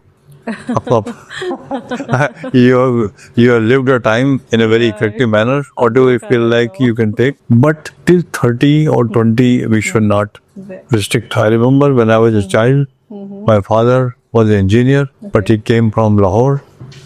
He used to feed me with a goli of ghee. रोज देते ना वो गोली घी हो और थोड़ा सा तुम दौड़ लगाओ। Okay. तो we used to run. I used to run at least 3 to 4 miles every day. So वो एक ट्रेनिंग अलग है। लेकिन अगर आपने घी खिलाया और बिठा रखा उनको सेडेंटरी, तो फिर वो तो हार्मफुल हो सही। एक्सरसाइज करते हैं और डिसिप्लिन है, तो अगर आप प्योर घी लेते भी हैं थोड़ा टाइम के लिए तो it's not harmful, but after 20 और 25 और 30 we should avoid it, because life is very stressful. और क्या खाते हैं, क्या नहीं खाते हैं, क्या सोचते हैं, क्या नहीं सोचते हैं, कितना सोते हैं, कितना नहीं सोचते, सबका इम्पैक्ट। तो वो सबका impact multi factorial, not single factor. Sir male और फीमेल की एक एवरेज वेट क्या होनी चाहिए कि इससे ज्यादा वेट नहीं होना चाहिए? इससे आजकल क्या है पूजा जी, हम लोग वेट पे ज्यादा विश्वास करते नहीं है। जैसे हम कहते हैं BMI means body mass index, कि weight in KG upon height centimetres, ये BMI।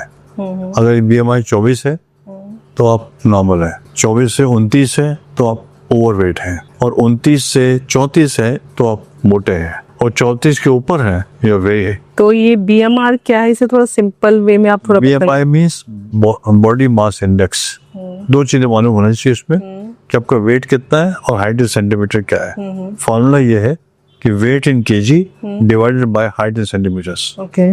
और न्यूमेरिकल वैल्यू यही है, up to 24 to 29, then 30 to 34 and beyond 34। ठीक है। इसको हम नहीं मानते आजकल।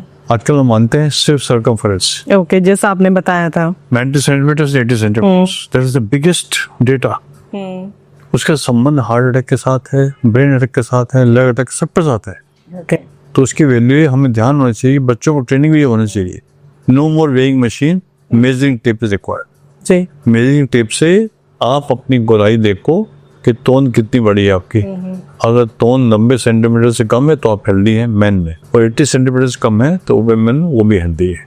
तो जिन लोगों को हार्ट रिलेटेड ऑलरेडी प्रॉब्लम हो चुकी है या स्टंट डल चुके हैं, उन्हें कौन सी एक्सरसाइज अवॉइड करनी चाहिए? अनकस्टम्ड एक्सरसाइज और बुल वर्किंग, वेट लिफ्टिंग, मतलब जिससे स्वेटिंग होता हो, प्रेशर बढ़ता डंडा लगाना, जो आइसोमेट्रिक कॉन्ट्रैक्शन जिससे हमारे पेरिफेरल रेजिस्टेंस बढ़ Pressure जाता बढ़ता है, है। वो नहीं करना चाहिए। Jogging, swimming, excessive swimming, okay. और जिसमें विगरस एक्सरसाइज होती है वो भी नहीं करना चाहिए। मतलब नॉर्मल वॉक, कैजुअल वॉक करना, आराम से लाइट स्विमिंग करना, कोई प्रॉब्लम नहीं है। और गेम खेलना, for example if you are playing golf, तो you should play to some extent. ऐसा नहीं 4 घंटे खेल रहे हैं कि डिफेंड करना है, कितने होल करना है, वो लिमिट पे होना चाहिए। जी। तो we our lifestyle pattern has to change. We can't do vigorous exercise. Right. Vigorous exercise like weight lifting, बहुत ज्यादा प्रेशर आप नहीं डाल वो नहीं करना चाहिए, वो हम लोग कम कर। आजकल लोग एस्टेरॉइड्स भी काफी ले रहे हैं और बहुत सारे सप्लीमेंट्स भी ले रहे हैं, तो ये लेना कितना सही या गलत है? एक भी हमने बड़ा अच्छा सवाल पूछा है ये कि जिम में देखा गया है कि बहुत से लोग वे प्रोटीन लेते हैं जी। और एनाबोलिक स्टेरॉइड लेते हैं। We are not in favor as a doctor. We don't want anybody should be given anabolic steroids. जो anabolic steroids होते हैं उससे वेट का मसल बन जाते हैं आपके, बट लेकिन उसके हार्म होता है.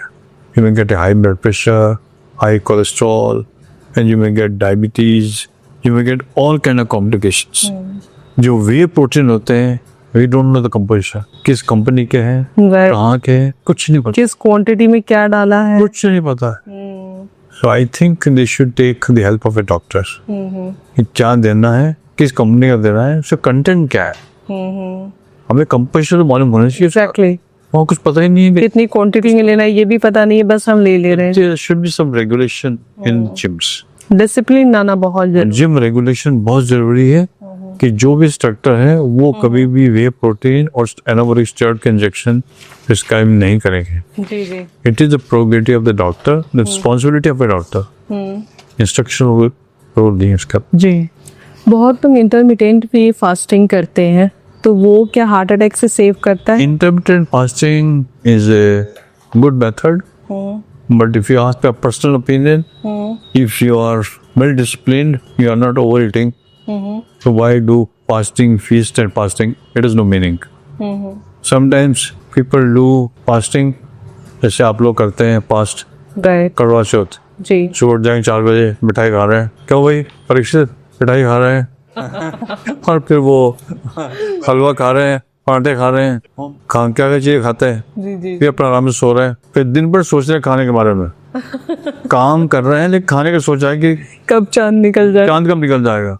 तो ये तो वही हो गया, feast fast and then feast. और रात को बहुत खाएंगे, सब बच्चों हटा देंगे, हटो हटो हटो मुझे खाना खाना है. ये तो गलत है बिल्कुल. तो according to me discipline is very important. Right. कम खाओ, संयम से खाओ. आपके सामने कहीं पकौड़े रख दें, कचौरी रख दें, समोसे रख दें, वो टेस्ट नहीं करता. वो अपने आप को ट्रेन करता है. जी जी. फल खाना है और वो खाएंगे तो मेरे ख्याल से एक जिंदगी कब कहते हैं homeostasis, equilibrium in the body is well maintain. जबकि इसमें 2 स्कूल हैं. एक स्कूल थे intermittent fasting is good for health. हम बॉडी को तंग क्यों करें? बिल्कुल. बिना कंसेप्ट है, क्यों तंग कर रहे हैं इसको? अपनी बॉडी से आप प्यार करो. Why you want to abuse your body? जी. एक रिदम सेट है हमारी, तो रिदम में चलने दो. Why you disturbing your body? हम एक्सेसिव नहीं कर रहे हैं, हमारी बॉडी को अब्यूज नहीं कर रहे हैं. Right. You should go on. Why do you abuse your body? Abusing is not right. I don't believe that.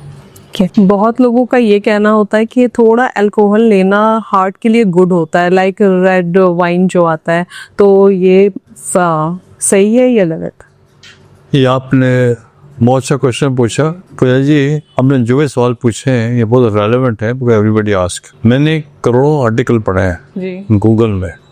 मुझे कहीं भी नहीं मिला कि मैं किसी पेशेंट को अल्कोहल प्रिस्क्राइब करूं. जी. मैं किसी भी पेशेंट को अल्कोहल प्रिस्क्राइब नहीं करता हूँ. ना मैं शराब पीता हूँ, ना शराब पीने देता हूँ. जी. तो मेरा बिल्कुल सख्त विश्वास है, follow the laws of nature. If at all you want some drink, have water. But still some people they say, specially in western world, in America और यूरोप, कि अगर आपको लेना भी है कुछ तो you can take some wine, red wine. Data available भी है, कॉम्प्लिकेशन भी है. अगर आप ज्यादा अल्कोहल लेते हैं उससे लोगों को कार्डियोमायोपैथी हो जाती है, हार्ट लार्ज हो जाता है, कॉम्प्लिकेशन हो जाते हैं, हार्ट फेलियर हो जाता है, पल्स इरेगुलर हो जाती है, पल्स मिस करती है, हाइपरटेंशन हो जाता है. तो कॉम्प्लिकेशन बहुत हैं, फायदे कम हैं. स्ट्रोक हो जाता है लोगों को, पेनकेटाइटिस हो जाती है, घर तबाह हो जाते हैं, घर बिक जाते हैं, सब धन दौलत बिक जाता है. प्रॉब्लम्स बहुत सारे, साइड इफेक्ट्स बहुत सारे, फायदे कम है. को पीना तो you should avoid चाहिए ना. जी. ऐसी शराब में क्या चीज है? जी. You want to relax? There are many methods for relaxation. Ji. I go to Lodi Garden, I enjoy the nature, look at the galaxy, look at the plants, look at the flowers that make me relax. Why should I drink? Right. It has no meaning at all. It is again poor mindset. अगर आप कहीं बहुत ठंड की जगह पे हैं, जैसे हमारे लोग हिमालय में होते हैं, हमारे आर्मी वाले, बहुत ठंड होती है वहाँ, ठीक है, लिटिल बिट इज रिक्वायर्ड. आपने बहुत अच्छी लाइन कही कि ये पुअर माइंडसेट है और कुछ भी नहीं. अच्छे.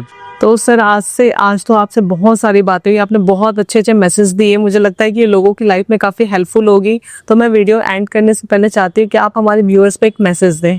Message is only one. जी. Optimize your lifestyle to remain healthy. And a healthy heart is your own hand. जी. And second thing, a walk for half an hour every day. Meditate 20 minutes every day. Laugh 5 minutes every day. And live a life of love and compassion. Right You will never have a heart attack. जी And eat what you need and not eat what you desire. Right So this is very important. ये बहुत ही आपने important line बोली, what do you need, आप वही खाओ जो आपको जरूरत हो, जरूरत है। अपने मन के मुताबिक आप कुछ भी मत फीड करो। अपने आप को अगर ये करेंगे, लाइफ से अच्छी रहेगी, तो जिंदगी बहुत अच्छी है जी और बहुत ही एंजॉयबल है। लेकिन अगर आपने अपने आप को टॉक्सिक से भर लिया जी कि mental toxicity, physical toxicity, gossips, revenge of somebody, jealousy, hatredness, anger, hostility, irritability, cynical behavior, right, frustration, आप खुद कोई प्रॉब्लम में डाल रहे हो। depression, इससे मेंटल एटीट्यूड का रिफ्लेक्शन हार्ट पे होता है। जी We must have a healthy heart from the level of consciousness. By love, compassion, altruism, empathy, sympathy, peace and harmony. जी Everything is within you. We cannot purchase this from the market. Exactly Happiness हम खरीद नहीं सकते 100 में एक book से। जी जी जी It has to be within us. Right So everything is within you.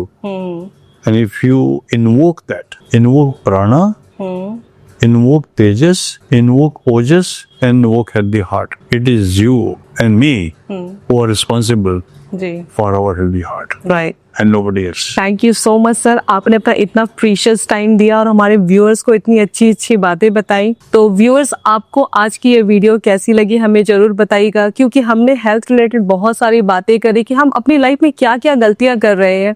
सबसे पहले तो मैं ये कहूँगी कि सबसे पहले आप खुद से प्यार करना सीखें, क्योंकि आप अपने हेल्थ के साथ खुद खिलवाड़ कर रहे हो, क्योंकि आप जो खा रहे हो, जैसी लाइफ स्टाइल जी रहे हो। और सबसे बड़ी बात तो ये कि आप खुश रहना सीखिए, अपनी स्लीपिंग को कंप्लीट करें, क्योंकि जब तक आप खुश नहीं रहोगे, खुद के साथ आप गलत कर रहे हो, अपनी बॉडी के साथ आप खुद गलत कर रहे हो। तो आइए आज हम लोग सब कोई जागरूक होते हैं इस वीडियो के माध्यम से। बाकी आप लोग अवेयर रहिए, खुश रहिए, मुस्कुराते रहिए। और आपको ये वीडियो कैसी लगी हमें जरूर बताइए। पूजा जी, हम भी आपका बहुत शुक्रिया अदा करते हैं, आपने बहुत अच्छा मैसेज दिया। जी Love yourself and love the world. Thank you sir. By loving yourself, you're going to be healthy. Thank जी you very much. Thanks.